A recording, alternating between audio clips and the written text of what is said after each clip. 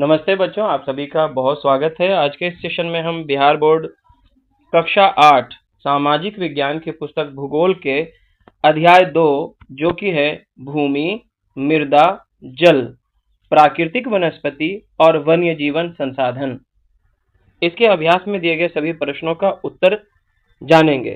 पहला प्रश्न जो है वो इस तरह से है कि निम्नलिखित प्रश्नों के उत्तर दीजिए, और इसके अंतर्गत जो है 5 प्रश्न पूछे गए हैं जिनका हमें उत्तर लिखना है।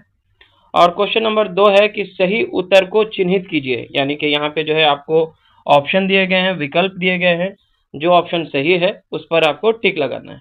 तीसरा जो प्रश्न है वो है निम्नलिखित का मिलान कीजिए, और जो चौथा प्रश्न है वह है निम्नलिखित कथनों में से सत्य अथवा असत्य बताइए, यदि सत्य है तो उसके कारण भी लिखिए।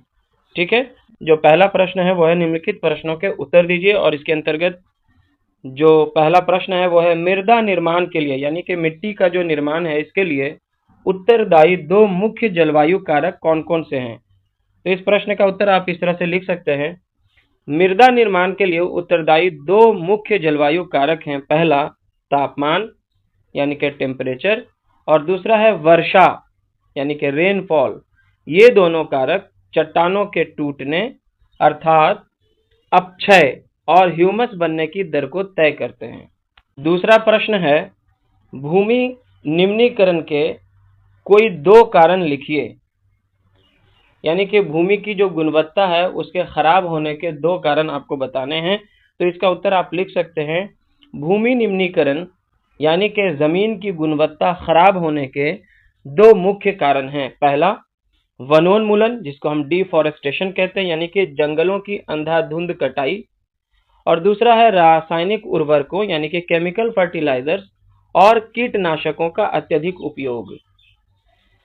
तीसरा प्रश्न है भूमि को महत्वपूर्ण संसाधन क्यों माना जाता है।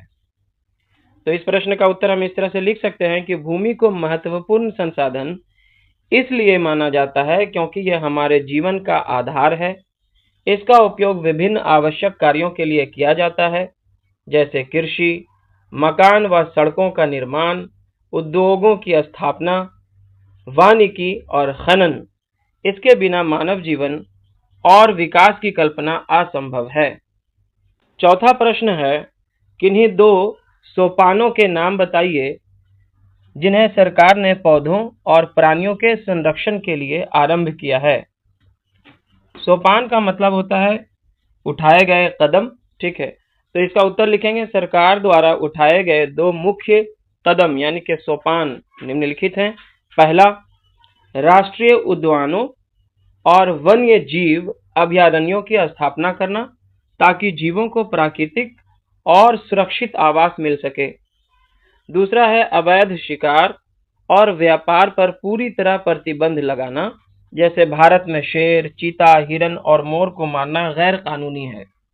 क्वेश्चन नंबर 1 का जो 5वां नंबर क्वेश्चन है वो इस तरह से है, जल संरक्षण के 3 तरीके बताइए।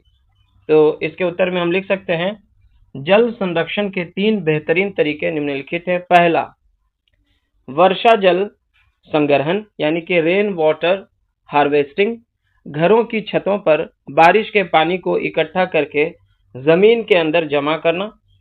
दूसरा है स्प्रिंकलर यानी कि फव्वारा और ड्रिप, जिसको हम टपकन सिंचाई की पद्धतियां कहते हैं। तो इन पद्धतियों का उपयोग शुष्क क्षेत्रों में खेतों की सिंचाई इस तकनीक से करने पर पानी का वाष्पीकरण और रिसाव बहुत कम होता है।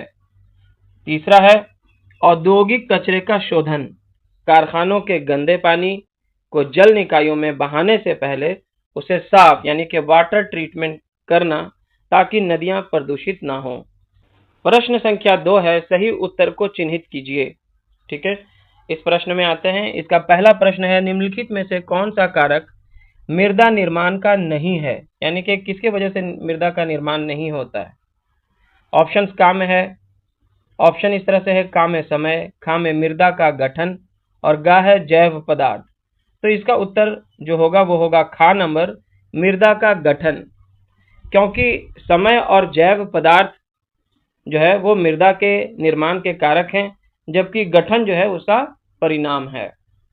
चलिए, तो यहाँ पे जो दूसरा प्रश्न है 2 का दूसरा नंबर, वो है निम्नलिखित में से कौन सी विधि तीव्र ढालों पर मृदा अपरदन को यानी कि मिट्टी के कटाव को रोकने के लिए सर्वाधिक उपयुक्त है।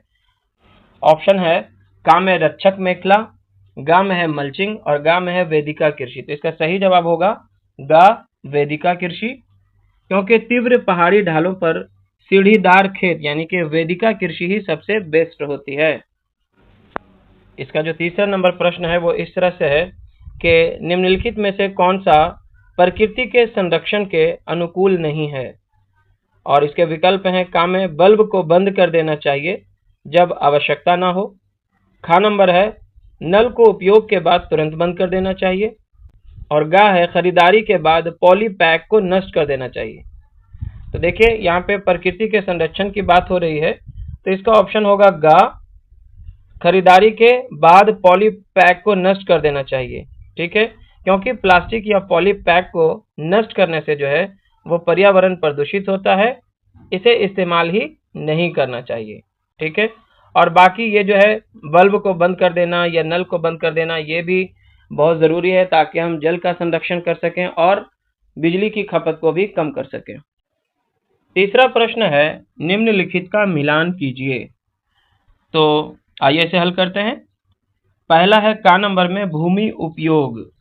इसका मिलान बच्चों हम 3 नंबर से करेंगे, जो कि है भूमि का उत्पादनकारी उपयोग। दूसरा है खा में ह्यूमस। इसका मिलान हम 4 नंबर के साथ करेंगे, जो कि है ऊपरी मृदा पर निक्षेपित जैव पदार्थ। गा नंबर में है चट्टान बांध।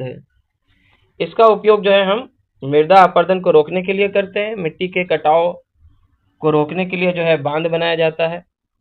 और चौथा है घा में यहाँ पे जैव मंडल।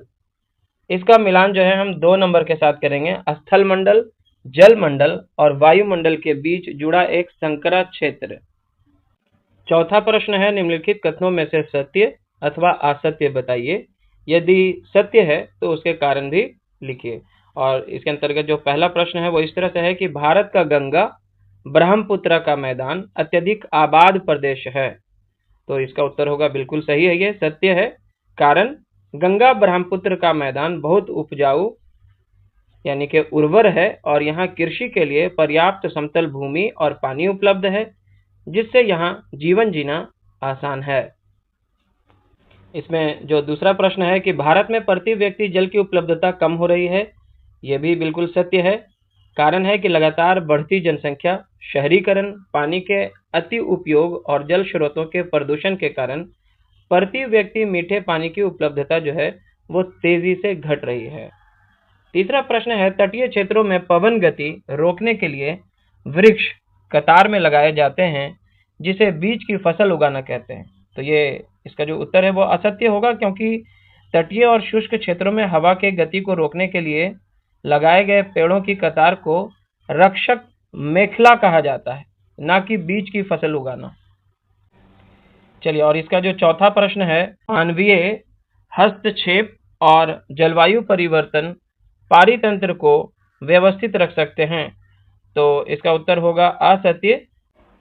कारण यह है कि मानवीय हस्तक्षेप जैसे कि जंगलों की कटाई और जलवायु परिवर्तन के कारण पौधे और जानवरों के प्राकृतिक आवास नष्ट होते हैं, जिससे पारितंत्र का संतुलन बिगड़ जाता है, व्यवस्थित नहीं रहता है। और बच्चों यहाँ पे हमारा सेशन हो जाता है कंप्लीट। Thanks for watching.